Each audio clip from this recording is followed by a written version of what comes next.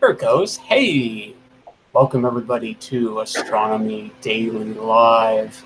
Hope everybody's doing well out there in the universe and the world. It's 2:01 UTC, and it's time again to come together and chit-chat a little bit about astronomical things and spacey things and sciencey things and kitty things. Boop, boop, boop, boop, boop. Like that. So yeah, I hope everybody's doing well. Things are good here. Just sort of the usual craziness. It is definitely a dry heat here in southern Arizona. It is nice and warm, but the air just like sucks the moisture right out of you, just like that. So we're walking around here right now. Basically in a raisin state for at least another month or so, and then the monsoons will come, and then we'll be wringing our clothes out. So I hope everybody's doing well. I'm going to look at the chat really quick and say howdy to Uncle Bill, painting the chat yellow. Carolina Sky, hey, nice to see you. Must be cloudy in Carolina. It must be cloudy again. Yeah. Tom, hey, nice to see you there. Who else we got? Oh, and Chuck, hey, nice to see everyone there. And on the panel once again, Bobby, hey, what's happening? And lovely, sexy, talented Captain Atalanta of the USS Atalanta.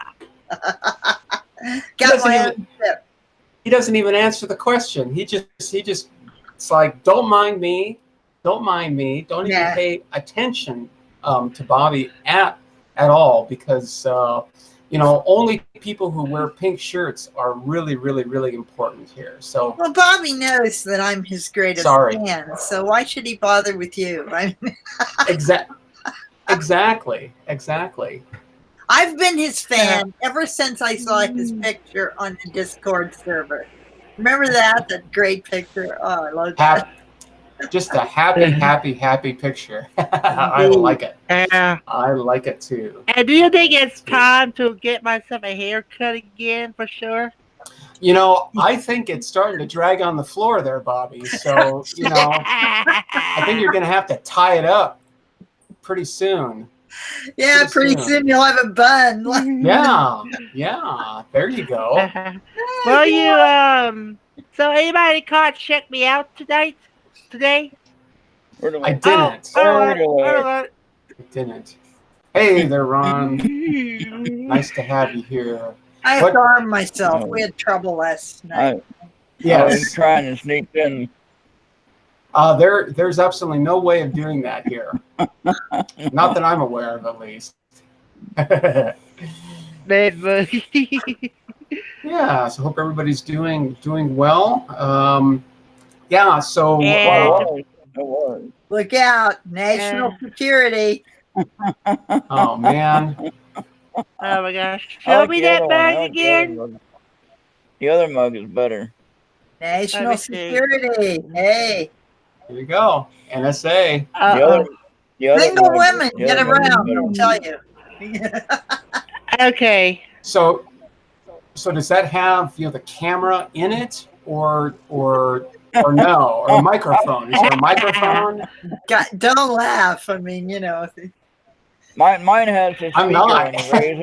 when you raise up the glass, when you raise up the mug. I had one date with the guy who got me this cup, and that was it. Okay. All right. Sort of I didn't even get a date. What the hell? Yeah, I bought your cup, please. We like to welcome Paige Master from the Wolf 359 in the Beta Quadrant, the Starfleet. Well, we worked that out of the era after the battle with the Borg. Oh boy, I love this guy. Hey, PM got a scope. All of you people, did you read about that? Yeah. Is that a Dobsonian? Is that what those are? Yeah, I mean that I would call a Dobsonian mount. Yeah. Yeah. You know, it basic. Well, let's You take really a look get a at lot it. of bang for your buck with those things. Oh yeah, because Yeah. they are so cheap and easy to And make. in the right area, they think you're looking through a cannon.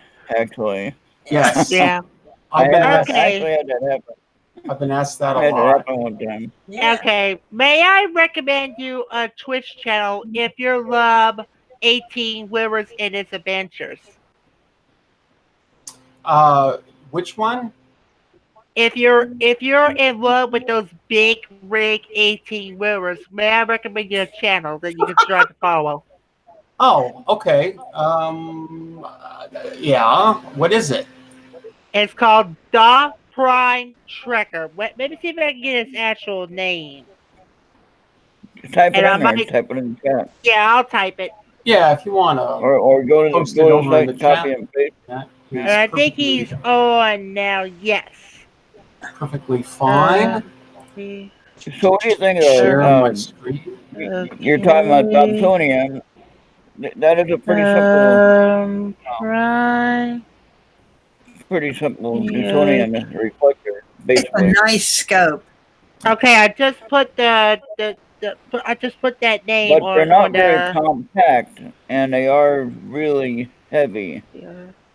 Well, Well, they yeah. Okay, can. so the name is Yeah, on the chat. The name is on the chat. they sort of can be, but you know, Yeah. the whole point, you know, to this kind of a scope is portability. Is Right. being able to move that thing around really easily. And So they have improved it as far as putting clock drives adding to it. Where in the old days when I first had my Dobsonian, they did not have clock drives with it. yeah, you know, that's a possibility. This one, as far as I can tell, has absolutely no drive at all. Which Okay. you know, I mean, when you just want to be looking around, Right. um, um, No computer, nothing, and just finding things and stuff. yeah. This is the bomb, I right? mean, you can point and shoot, and you can actually take the good picture with it if you had the right camera. Yeah, not really. You know, I wouldn't because use the Dobsonian for photography. yeah, I mean, well, you know, you certainly can, but it has to be able to track. You really have to be able to Yeah. track because the Earth, as I say every single day, this Earth is spinning so fast that I hate that too. it I just hate that about that. I can't stand it either. I wish it would just stop. All right. Makes me dizzy. But yeah, this is a 10-inch, and it's got a nice finder scope here. It looks like it's got both, and PageMaster can talk about this in the chat if he wants to. But it looks to me like it's got 1.25 and 2-inch, maybe a 2-inch. Right. Yeah. Yeah. It probably has a possibility there. 1.25-inch adapter.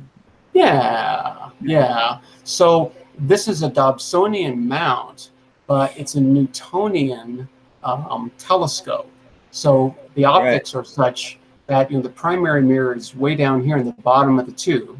So so you're looking at what? Are you looking at f6 or are you looking at f4.5 or f5 or what? What are you looking at here? You know, PageMaster would be able to tell us exactly, but I'm guessing that So that's PageMaster actually. said they have the tracking devices made for Dobsonians. Yeah, Right. oh yeah, of course. I don't know if you can adapt this one though. It's got the 1 and 2-inch adapters. Cool. Okay. Cool. We had that right. And yeah, you know, my guess is that this is about an F5, maybe an F6.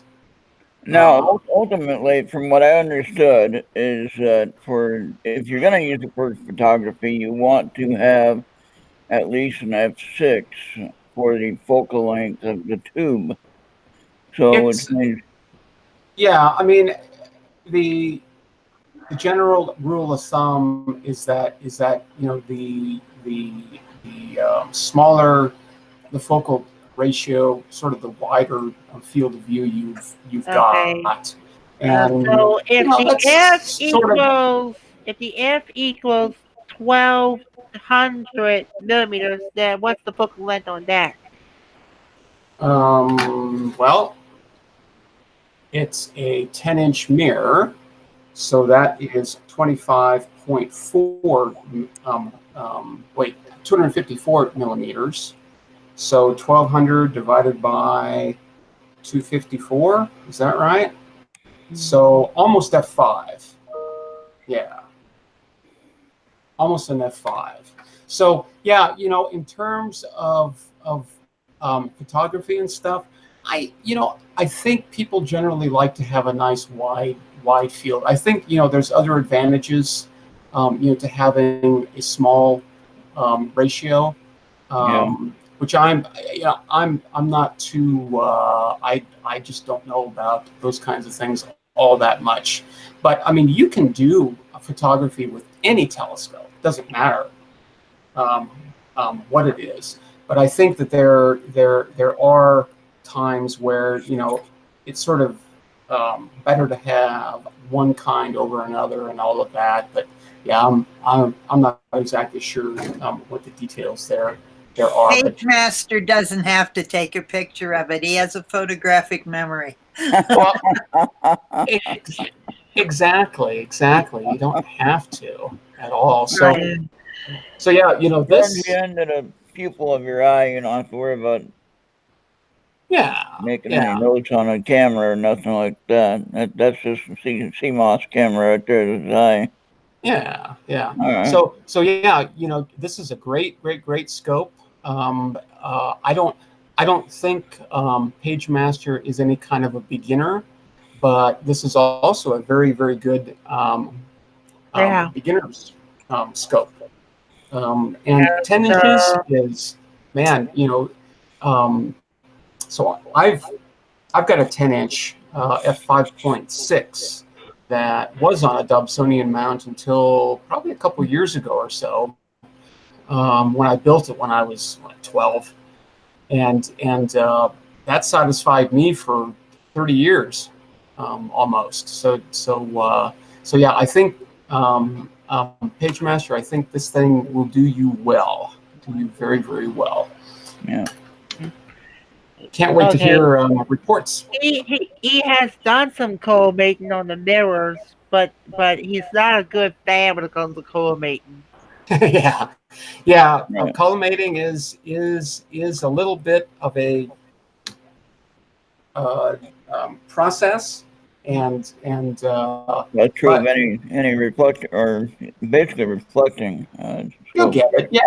Yeah, no problem. You just have to go back and forth. You can make adjustments to the primary mirror, probably the secondary mirror too. You can make some fine adjustments there. But I'll bet you that PageMaster has that under control. Yeah. So no Yeah, problem. No problem. Oh, since I'm over here on Discord, I just wanted to point out that I've sort of rearranged things over here. So you can't do that. You can't be doing that. Well, I'm probably going to do that too. Yes, he can. And I probably will again. But yeah, just to alert you to that. I don't think I changed anything, but I did add a new channel, which is called Patreon only. So yes, I have jumped into the Patreon arena. And so, but I am not going to use this live stream as any kind of advertising or pushing or anything. This live stream is to have all kinds of fun with astronomical stuff. So, if you're interested in supporting my work, you can go over to Patreon, look for Cosmic Lettuce, and it'll be right there. So, but yeah, let's. I wanted to talk about the Falcon Heavy launch. I noticed late this afternoon that SpaceX finally posted like a 4-hour video showing the launch and all that. I didn't actually watch that one yet because it came in, I don't know, about an hour ago or so. Yeah, I'm But planning on watching it out. I'm planning on watching it tomorrow as well. yeah, I mean, it was a good launch. Really, really, really great. The two side boosters came back and landed, and the central core, it's 0 for 3 now. So they missed. They missed. It's this this was a challenging one though. So don't Yeah, exactly know what happened, but you know what I think is just totally astonishing, right?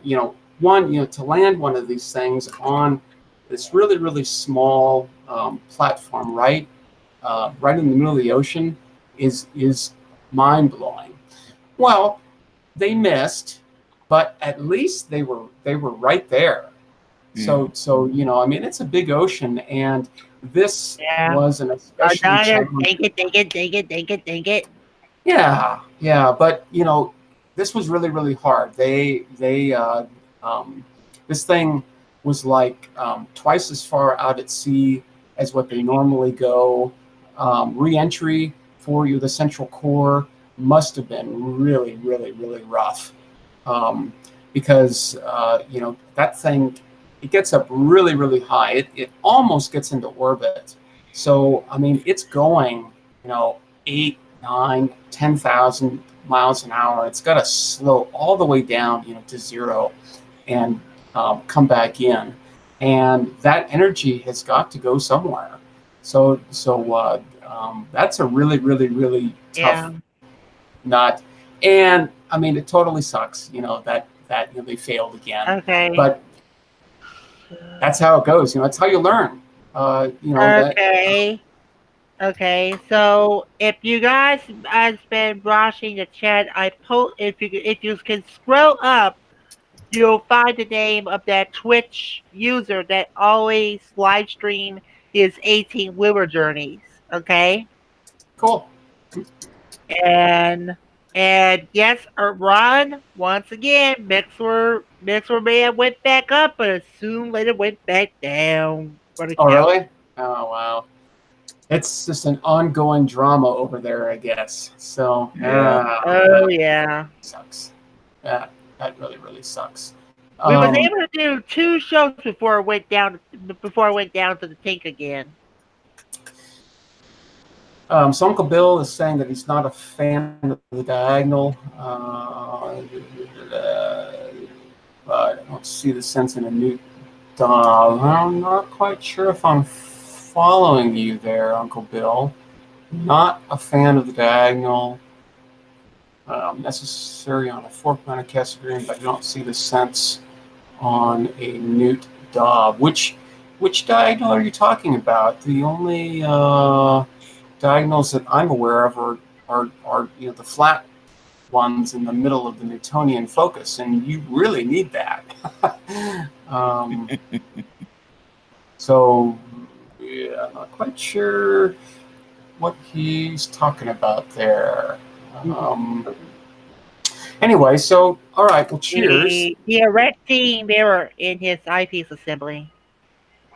The erecting mirror in his eyepiece assembly. Oh, okay. Yeah, well, I'm not quite sure I know what that is. All right, well, we're gonna move on. It's also known as a sword diagonal. Yeah. Cheers. Got the HOH here, the hydrogen hydroxide today. So, Yeah. what do you think of the truss tube design?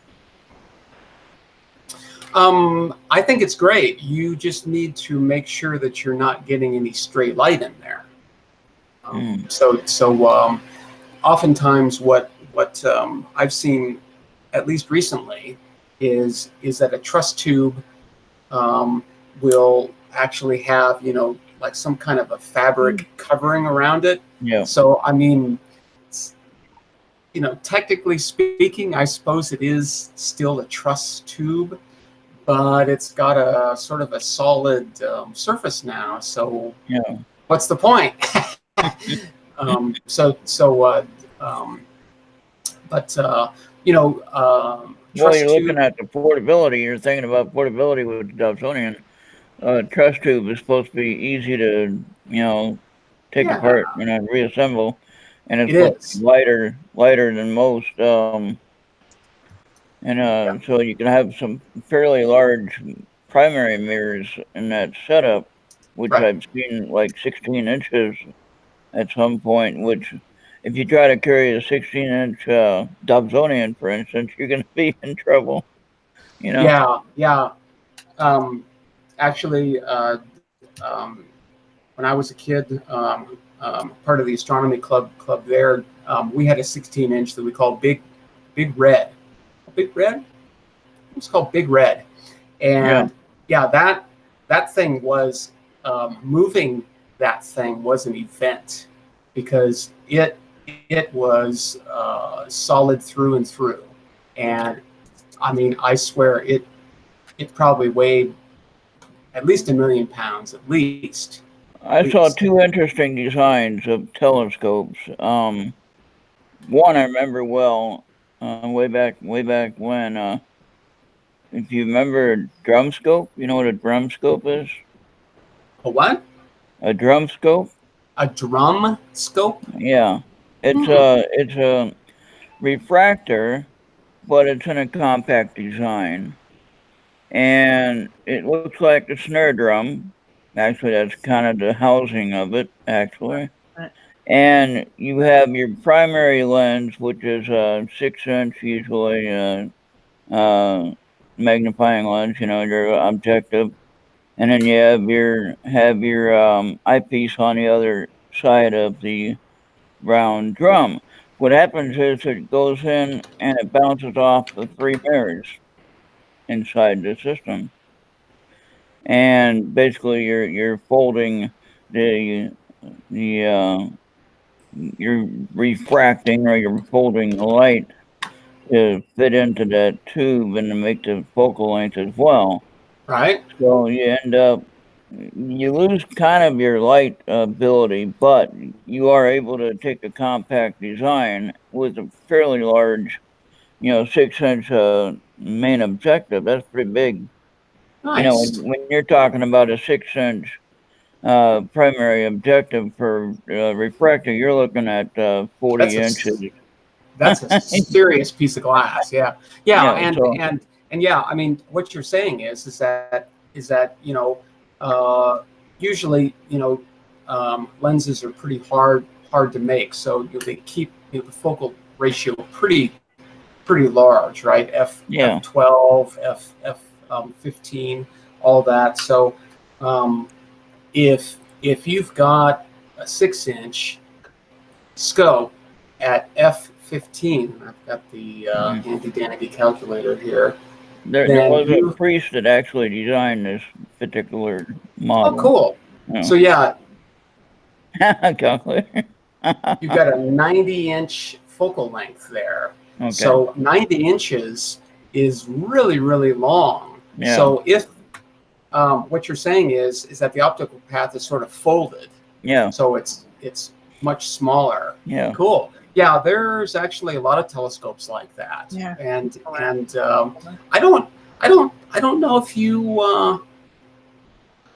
I don't know anything about this specific one, but I don't know if you lose any light or anything that way. I don't think so. It's just it's the optical path, and as long as the light isn't too coherent, it's not going to do any kind of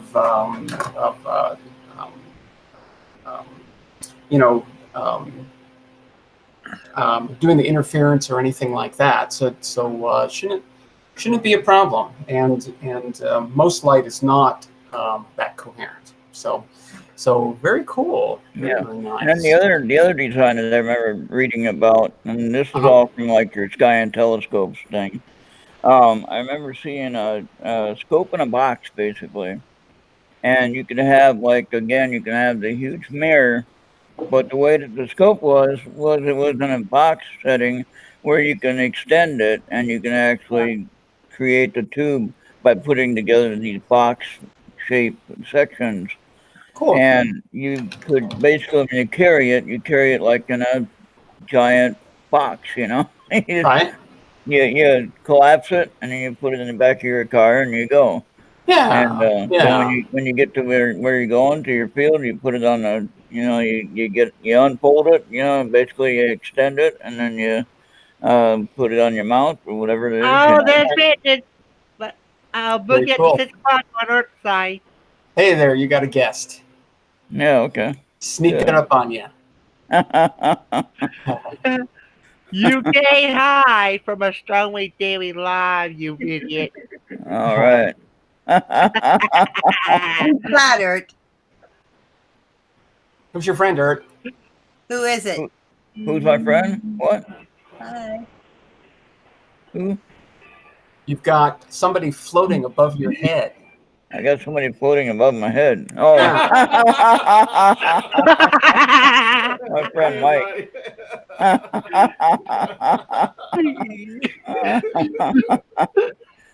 Yeah, my friend Mike. Hey there, Mike. Nice to see you. He's always harassing me. Cool. I'm going to show off a. Wait a minute. What do you mean? There's a kind of a telescope. It's called a Schiefspiegler, and there's also a Tri-Schiefspiegler. Oh, okay. And so here, let me show you the Schiefspiegler first. So that's that. Oh yeah. Wow. So here's your primary, and as you can see, it's at an angle. So the light comes into the tube, I guess you can call it a tube, this way, and then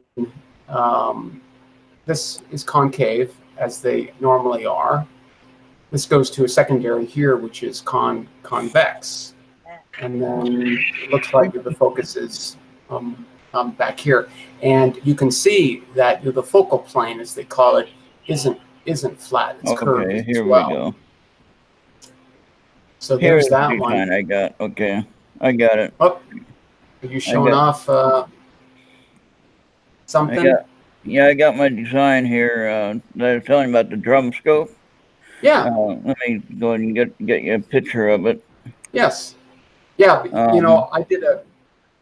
I did a quick search on that, and I wasn't able to find anything. So yeah, I'd like to see. It's not very easy. Not very easy to find, since it's really an obsolete type of thing. It's one of those things. I'm going to get the link and. Is it? Are those things primarily refractors or reflectors? It is a refractor, but it uses mirrors to bend or fold the light. Oh wow! Now, okay. On the Discord, I'm going to post it on Discord because I can't post it on YouTube. Oh, okay. But I got it on the Discord channel for ADL. I will go over there. And there I can post a link, no problem. Where'd you put it? On the Discord channel, on yours. It's on the science channel. It's on the science channel. I got it. I didn't know which one to put it. Sorry. Drum scope. Holy moly! But can you see the design now? Now, when you make those, now when the priest made that, okay, back in the day, back in the 30s, when the priest made that, he had to grind the mirrors. He ground the objective lens because nobody else knew what he was doing, Right. And but he figured out how to do this, without any, just out of his own mind. He figured this out. You know what I mean? Very interesting. He interesting. didn't really have any plans to go by. He just got a thought. Well, his goal was to fold pulled this all up into a very, very compact thing. And yeah, that was accomplished. I'm kind of thinking that this is the entrance. The primary objective lens is the entrance. Well, it's coming through here. Okay, right? you got the giant side on one side, and you got the eyepiece on the other side. Now, if you look at the diagram, if you can see that, you can see the three mirrors. The light comes in, bounces around, and it comes out the eyepiece. Is this the eyepiece up here, I guess? Yeah, on the other side. Yeah. Yeah. So this... You want to talk about collimating? There is some collimating. Oh, yeah. That's talking about one good way to try to collimate. But there's way to... You just have to line up all those three mirrors with the primary. Yeah. You know, this actually reminds me of setting up things like on an optical bench where you know you've got a bunch of mirrors and a bunch of this and that's and whatnot. So, but see, the compact, the part of it being portable. Okay, you just grab that thing and go. You know, you don't have to worry about lugging a bunch of equipment. Yeah, you got one little eyepiece you're using. You know, right? And if all you want to look at is the moon and maybe Jupiter or something like that that's out there, you know, you're not really looking for anything. You know, like you're not looking for any deep sky stuff. You're just looking for your planetary stuff. You know, maybe a few star clusters or whatever. You know, that's probably all you need right there. And if all you're doing is just trying to find your way around the sky, you're not really trying to you know, look for anything. And that's like conceptual, the size of the drum scope, right? Yeah, it's I think the primary lens was either 4 or 6 inches. Okay. Yeah, so, and that would be this thing here, right? Is the lens. Okay, tell me what you're talking about. Mirror, and then up to here. Yeah, okay, yeah. So you get the primary is a big part on the right, yeah. This thing, and then it comes through. And then if you look at the design, it comes through the mirror there. Right. Comes through the mirror, goes up to that mirror, and then comes back down to the bottom and bounces back up to the eyepiece. Yeah. You know, it's hard to tell here. And there's a good diagram, though. That's a good diagram, yeah. Yeah. It's kind of hard to tell if these mirrors are just flat mirrors or if they have some kind of curve. My guess is the secondary mirrors are flat, I believe. Flat. Yeah. And all it is, it just bounces the light off, and you got to angle it exactly. Right. Of course, as you can tell, you have to have it angled exactly. Yeah. And then here it is on a mount. Yeah. Right? So this thing rotates left and right. Yep. And it goes up and down. Turns up and down. That's pretty. Think of how portable that is, compared to taking a giant Dobsonian out. Yeah, you know, it's. I mean, I think it's neat if you. Do you remember the old scope? Do you remember the old scope? The Edmund Scientific Scope. It was a Astroscan. Yeah, there you go. Just a small ball, like the small ball, usually like a little 4-inch or something like that, like 90 millimeter probably. And I remember those for how portable they were, but not very good viewing from what I understood. Check PM on the chat, Cosmic. Yeah, check the chat. There you go. Yeah. That's it there. That's it there, Cosmic. Yeah. Yeah, and Uncle Bill had a question as well. It's funny how some of these older scope ideas are coming up in my head now. Yeah. I think, Uncle Bill, I don't think so. My guess is that those look just like regular old flat mirrors. I mean, on the drum scope, they're flat mirrors. Yeah, they're flat mirrors, and you have to adjust them with the adjuster thing. If you look at it, there's a way they're mounted. You can move them from the back side of your housing. There's a adjustment screw, right? from what I understood. when I looked at the original design. And So you can, once you okay, got go ahead. everything put together, and then you when you're looking at it, you can adjust it, so fine. You just it's I really see. sensitive. That I think collimation on those scopes is gonna be one heck of a Well, job for sure. once you get them set, as long as you're not kicking it around, it ain't gonna be moving anywhere. Yeah, yeah. So, So I mean, it's a complicated thing, but but it's something that if you can grind glass, you can make your own. well, yeah, and if these are flat, you can probably buy those off the shelf. Yeah. Grinding your own lens, that's I don't think I've ever Now, what I I've thought never. about doing, I thought about doing this. You can go to a secondhand shop and you can get like the old projector lens. Uh-huh. I don't know how good those would be for viewing, but I know sometimes people use them for just simple telescopes, nothing technical. But Yeah. they still have the ability to use as magnifying glasses. So you just turn them around, and use them the other way, I guess. Basically. Yeah. I'm sort of Yeah, wondering about um, chromatic aberration, which Yeah. is a pretty Well, strong optical that you would effect have, with yeah, lenses. So you'd have that problem with any refractor, though. With any yeah, refractor. yeah. So Unless you have some kind of correction somewhere in here. right. But yeah, pretty cool. But I mean, just for the yeah, design, you think Yeah, about that. yeah, yeah, And yeah. let's see if I can find. Let me see if I can find one more for you. Okay. While you're looking at that, we can look at the Schiefspiegler here, and then, as I said, there's a tri. This is fun looking at Schiefs. history, isn't it?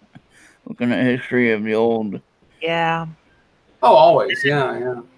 Oh, there we go. Oh, here's a schematic. Let's see if maybe. That's dark. Well, that's a very, very obscure schematic. So it's kind of hard to see anything there. Yeah, you gotta have Yeah, that was pretty dark. It's pretty dark. that. So Uh, I think while we're waiting on Constance to find a good site.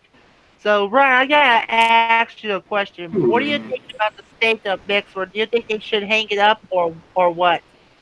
you know what I tweeted them today, Bobby? You know what I said? What? You want to know? Can I tell you what I said? Yeah, go Go ahead. for it. Yeah.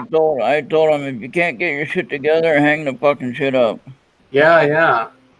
So, Yeah, I totally agree though. It's That's like, it. these forgive me for folks. cussing. Yeah, no. These folks, they're supposed to provide a service that you're paying for, right? Yep.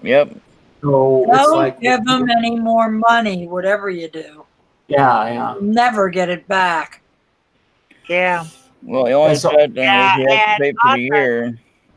now, When you, tell Ron what you said about if it's going to lead to a lawsuit. The only thing you can hope to recover is what you actually paid them, and that's assuming you win hands down. The legal costs will probably be more than that. yeah.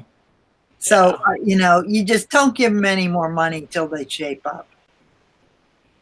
Yeah. And then the sad thing is that they'll say, oh well, then you can't do any broadcasting then until you pay your money.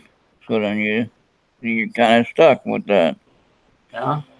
So Well, you're going to have to live without doing any broadcasts unless you want to go in deep for what legal. I need is a company that I can rely on and I can store my stuff that I'm doing. Right. I mean, I have nearly 2,800 shows that I've done. Wow. Oh my That's a God. lot of shows. Yeah, That's a that's a lot of lot. shows that I don't have to store. I don't have to keep in a storage anywhere. Right? Right? They're keeping it, and that's one good thing about that. But now, of course, when they're down, I can't get to it, and when they're down, I can't do anything else. And kind of frustrating. Right? Um, I have people that wanted to play today. Like tonight, Amanda wanted to do her show, but she couldn't because, well, it was down. Right? And so here we are without being able to play music, and I got people waiting to, basically see what's going on, and I don't have any control over it, and it's really frustrating. Totally. If How I much want space does it take to store your stuff? Your shows are yours. to, right So you should now, be entitled to get those back. right. You figure I have 20, well, 20, 20, 75, I think I saw. 20, somewhere around there, about 2,800. Okay, we'll say, just All guess. right. I've got the Um, calculator here. 20, So 2,800. 20, 20, 20, 2080, sorry. Oh, 2080. 2080. Yeah, 2080. Okay. yeah. But Well, that still, makes all the difference in the world. So, that's still a lot of shows, though. yeah. So- And I mean, each one, if it's stored like an MP3, what you probably got at least an hour per show. At least an hour per show. So, I mean, that's got to be what, many megabytes, I would Yeah. think. Yeah. So, So yeah, Tom let's and his scholar posted on this day in history the progress N-34 resupply vehicle collided with the Spectre module on the Mir space station. It punched the hull in a solar panel and breached the integrity of Spectre's hull. It went into a spin. They were able to recover and no one was injured, but the Spectre module had to be sealed off and it was ruled unusable as a result. Wow. Oh. Now, Okay. that's really, really interesting. Like I was saying before, for me, the 1990s, I was riding a rocket, right? I mean, I was on the astronomy rocket.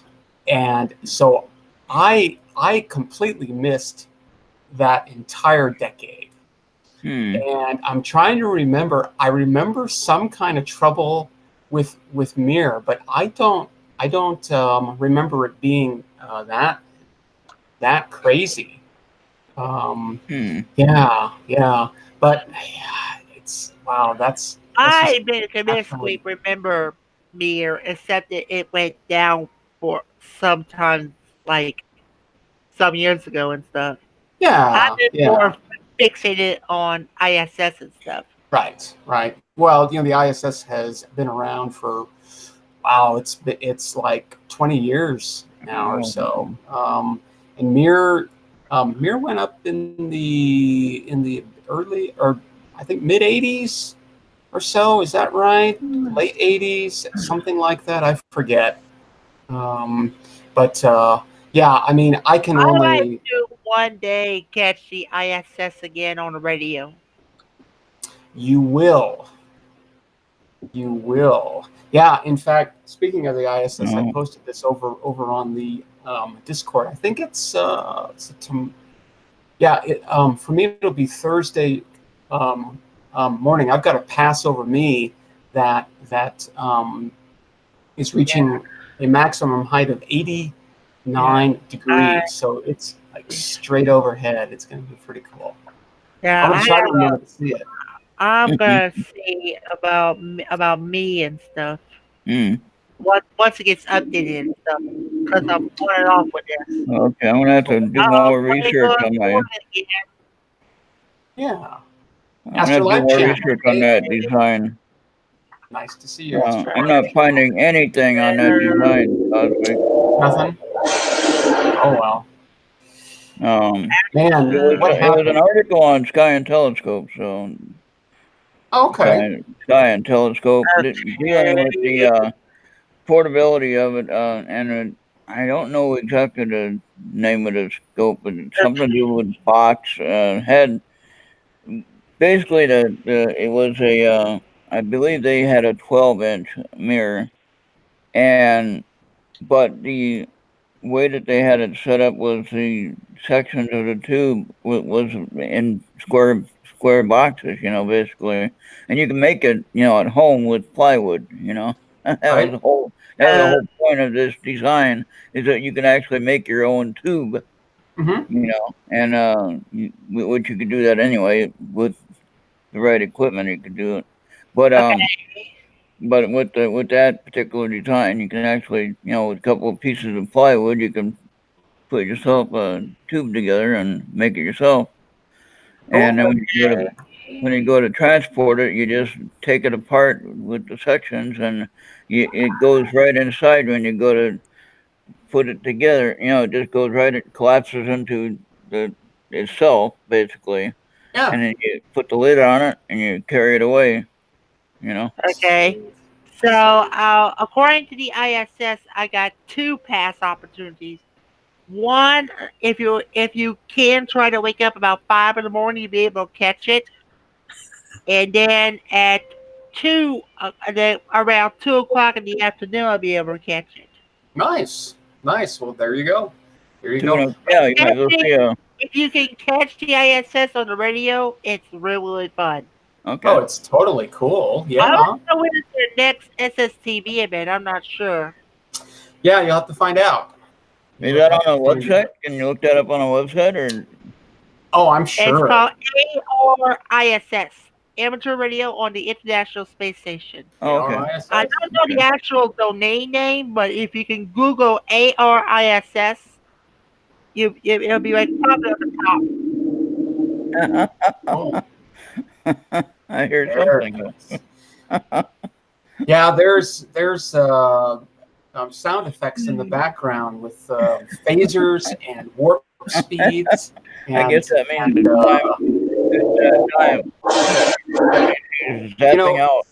time.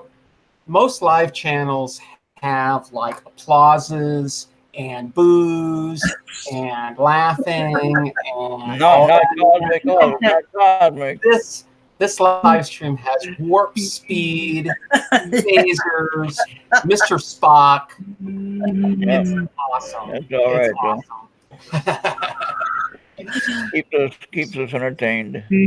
Oh, absolutely, yeah. So I think what I want to do is I'm going to try in the next maybe 10 or 15 minutes or so. I want to close the constellation Aries. We've been looking at that for a while, and I want to close that door. I am tired of thinking about it, worrying about it, all that. But as things like the Hubble Deep Field show us, in an area the size of your thumb extended at arm's length on the sky, there are millions of galaxies in that little tiny area. So that's like in the Leo, in the field of Leo, or the Leo galaxy field, whatever. There are more galaxies than what we can possibly imagine. It's just it's just absolutely insane. And then there are clusters of galaxies, right? Which is, I think, what you're talking about. So it's just, we could literally spend the next 1,000 years in the constellation Aries, but I have other plans. Yeah. So, so when you're looking at all these galaxies, so how does that work out with the mathematics? Explain that one. I'm not quite sure what you mean. Exactly, I'm not sure either. Okay. All right, so let's.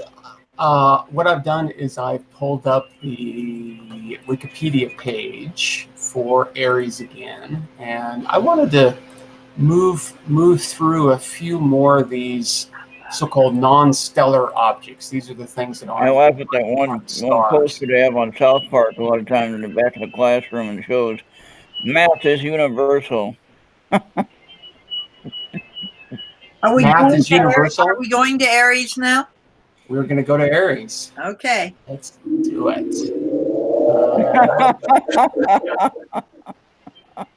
Forward, onward to Aries.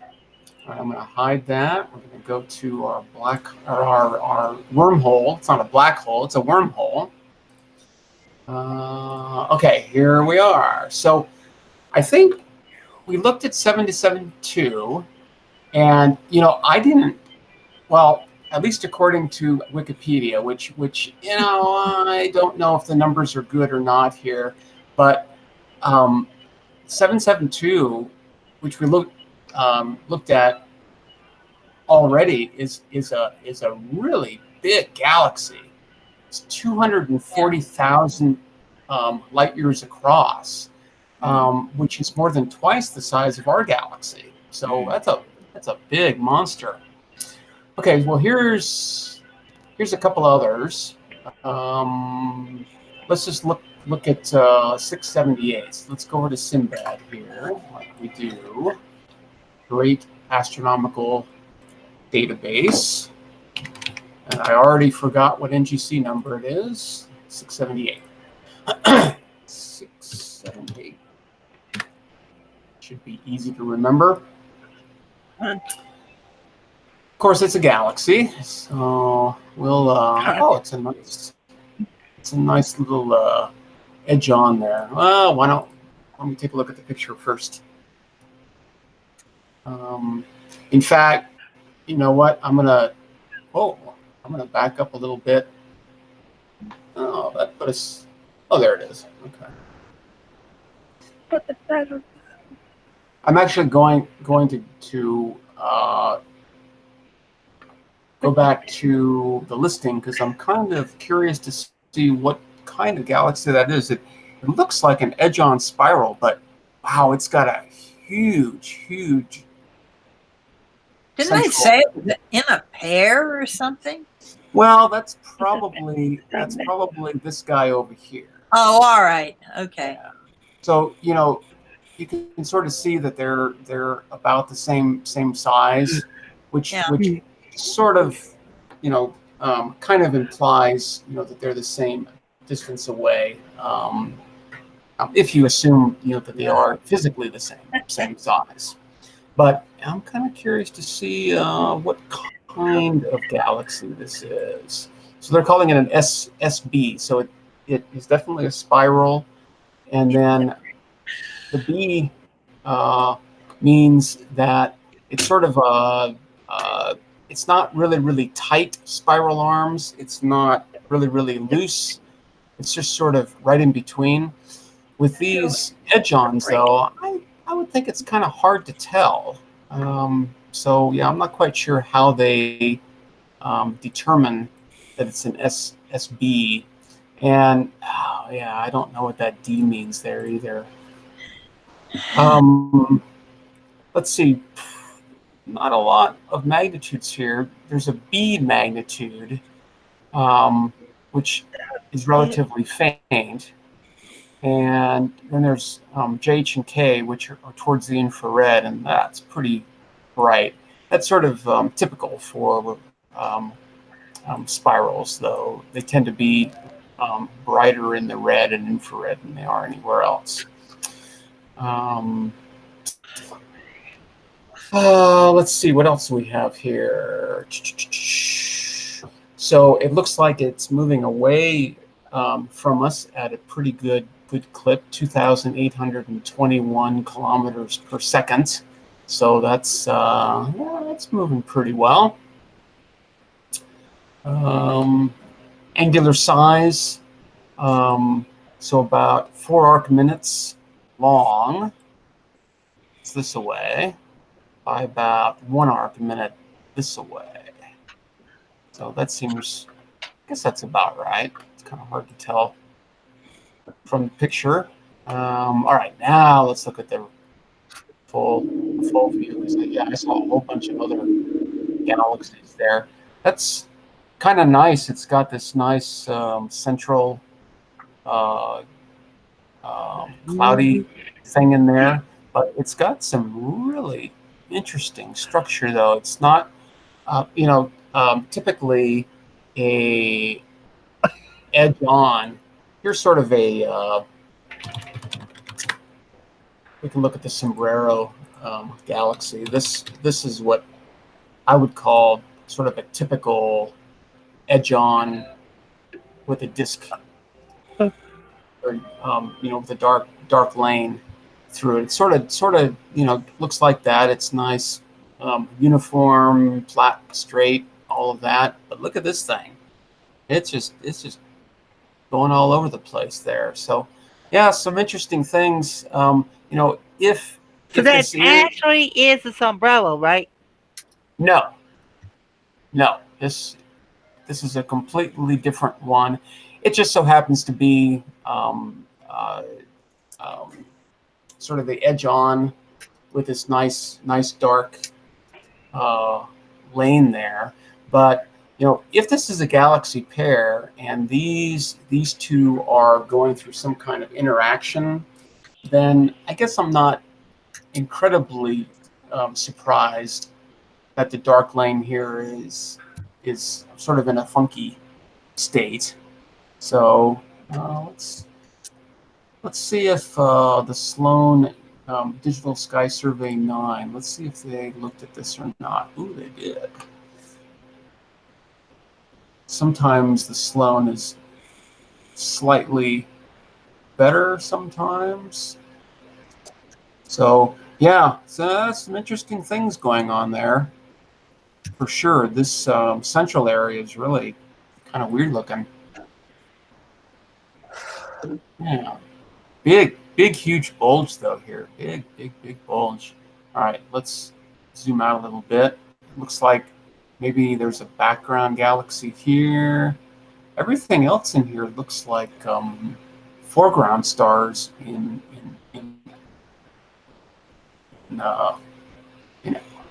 our galaxy. Oh, there's a couple others over here. Nice kind of barred spiral there. Kind of neat. Got some things going on in there. Bright stuff. That's really pretty. That's a nice one. Nice blue arms there. So I think you'd call this like an SC galaxy. To see how the spiral arms are really spread out. They're not really compact or anything. This one I would call like an SSA. You see how tight the spiral arms. You can almost not really see any spiral arms there. You can see a little bit of concentration and stuff. There's a nice binary star right next to that too. That's kind of cool looking. And then there's a faint one way in the background. It's probably in the background.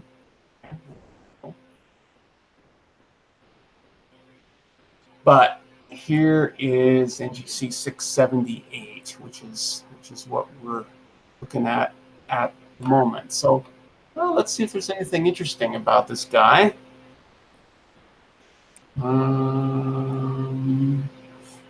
Whole bunch of different names as usual. Oh, wow. So there's at least a few references, so it's not being ignored. I hate it when these things are ignored. There's hundreds of billions of stars and who knows how many planets and all that, and we're just ignoring it. I just can't stand that. So looks like pretty good agreement here about maybe 39 megaparsecs away. So a megaparsec is 3.26 million light years. So then I'll multiply that by 39. So that's about 127 million light years away. So that's getting kind of far. Getting kind of far out there. pretty good agreement with velocities here, so that's nice. It doesn't seem to go back too far. Some of these are redshifts, and some of them are measurements of velocities themselves. This may be kind of a downer, but every time I see distances like that, I keep thinking everything we're observing is in the past. Yep. You know, it really is. Yeah. I mean, But Kira H, It is over. Kira H is catching the tail end of this program. Okay. Hey there, Kira H. Glad you could come in. Yeah, you know, and that's something that you have to realize when you're looking at a picture or looking at these objects with your own eyes. You are looking at light that has been traveling for 140 million years, and so this galaxy now, I mean, if you want to call it now, probably doesn't look like that. Not much. I mean, that amount of time isn't really a long amount of time when it comes to time scales in the universe. No, But not. I agree with you. but it's still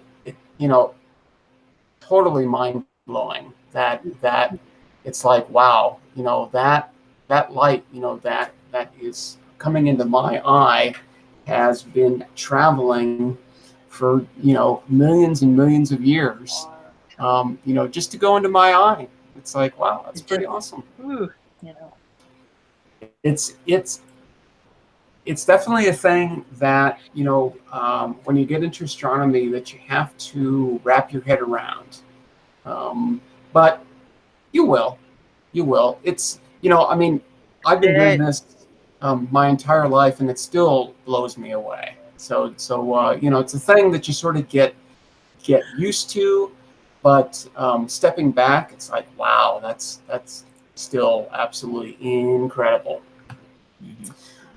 All right, let's see if there's anything particularly interesting here. They've been doing a bunch of photometry. And I think probably wait for it. Ron, if things were still down, at least you'd be able to watch the SpaceX launch for sure, huh, Ron?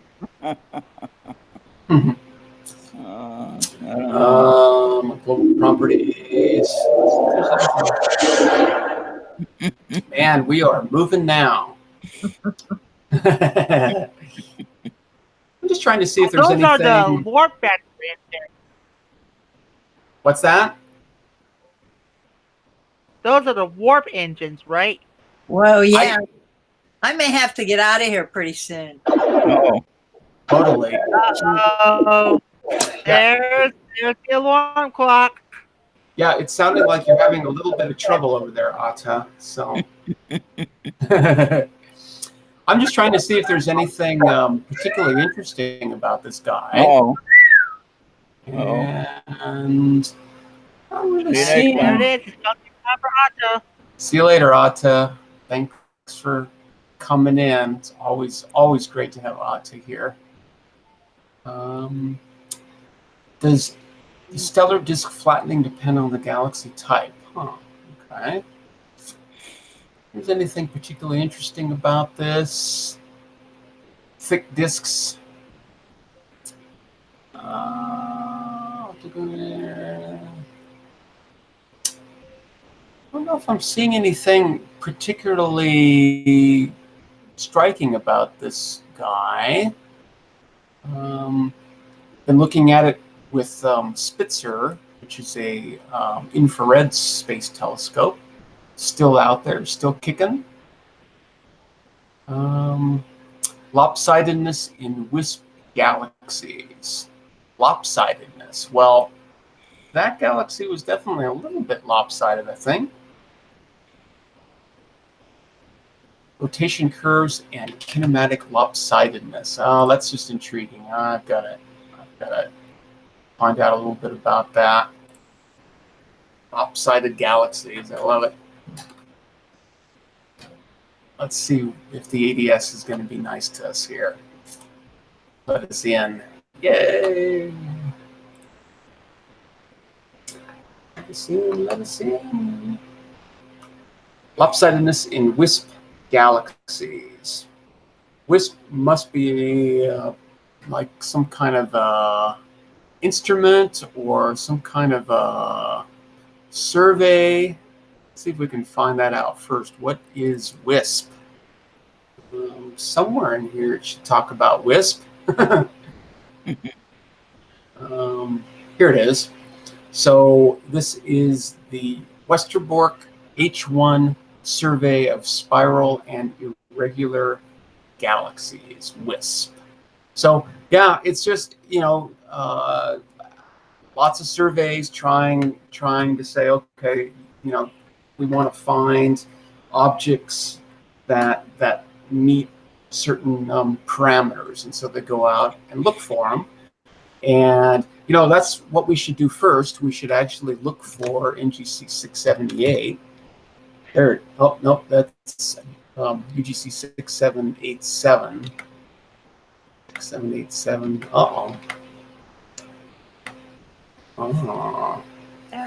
Sometimes these references, as we've seen several times before, sometimes don't actually list the object that they're supposed to list.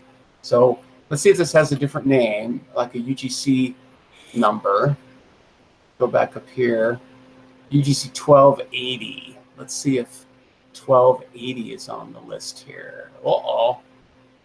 I'm not seeing a UGC 1280. Oh, there we go. Okay, so they were looking at UGC 1317, which is associated with 1280. Okay. And I guess that's probably why this reference is listed. So it looks like our object here isn't actually one of the lopsided ones after all. Well, that's kind of a bummer.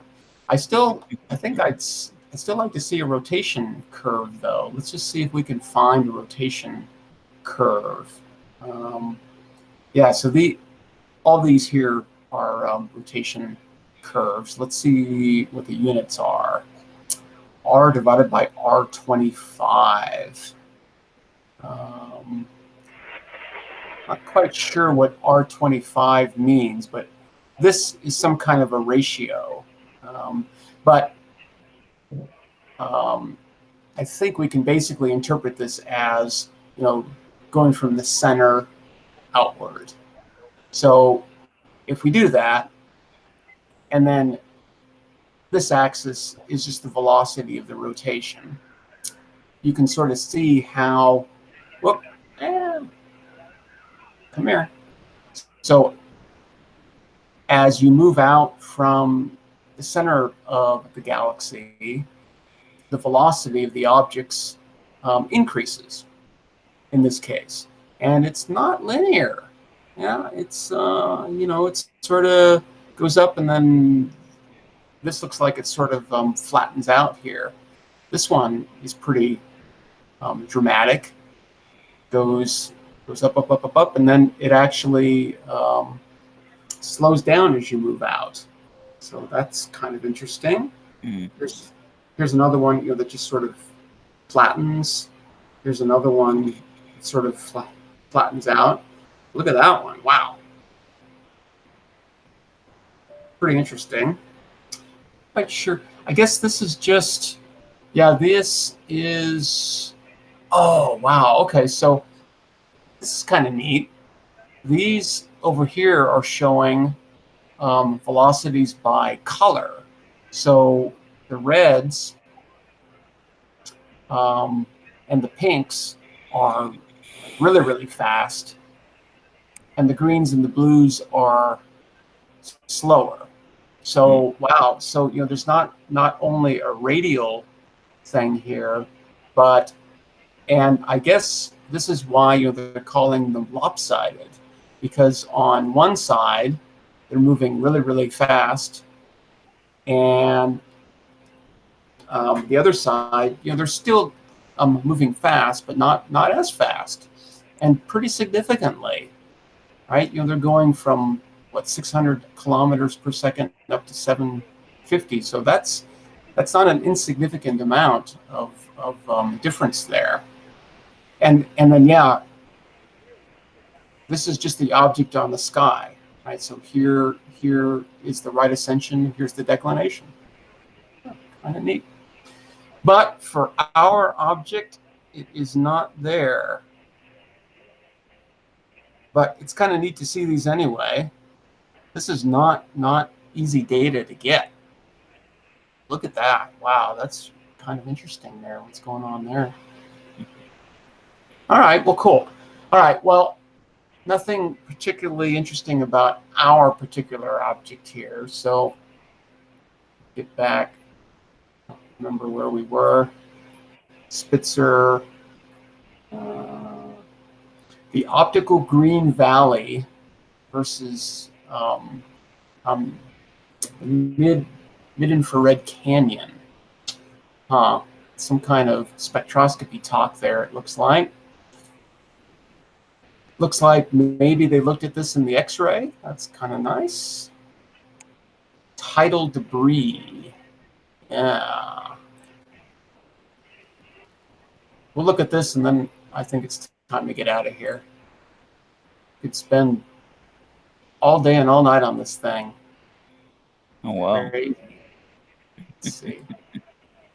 Let's see if we can find our object first, and then we can go back. And early type galaxies with tidal debris. Well, if I find that one telescope design, I'll definitely share it on the Discord. Oh, please, yeah. I can't remember the article now. It was on Sky and Telescope, so aren't it? Sky and Telescope. Yeah. So, let's see. So 680. It looks like 680 and 678 are all part of the same group. So 680 looks like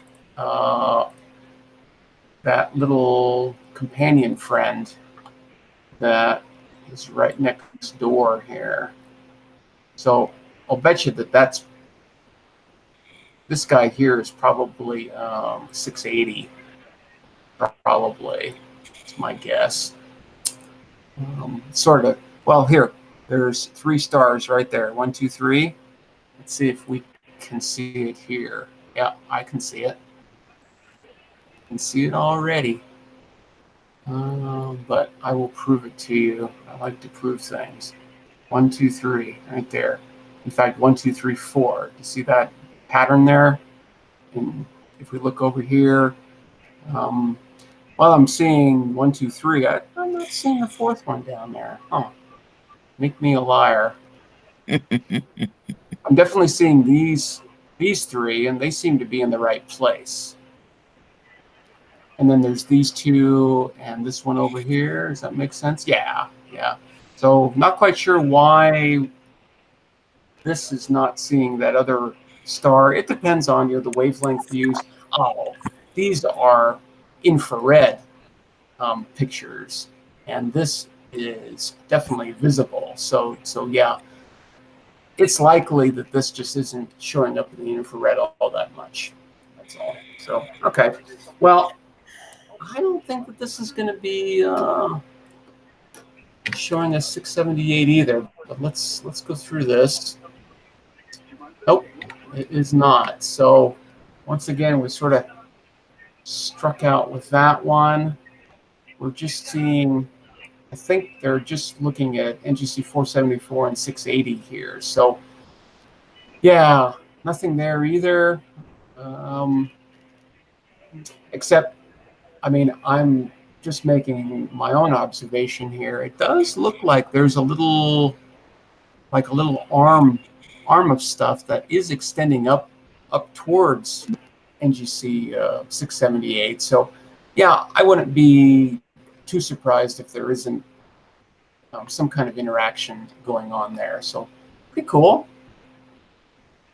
Pretty cool. Oh, I guess I did that. So, all right. Well, we're still not through Aries yet. I really want to close the door on Aries. So let's try to close the door on Aries tomorrow All right.